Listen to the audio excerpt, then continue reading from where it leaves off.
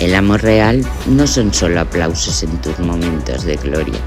Eso lo hace cualquiera.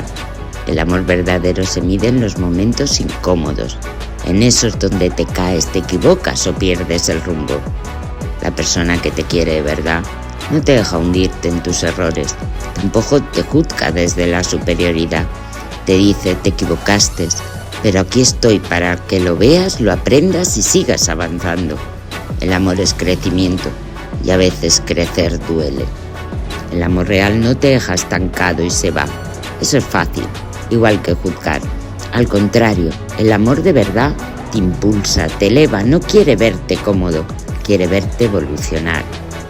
El amor verdadero no te aplaude siempre, pero siempre te sostiene. Valora a esas personas que te confrontan desde el amor. Son las que realmente quieren verte brillar.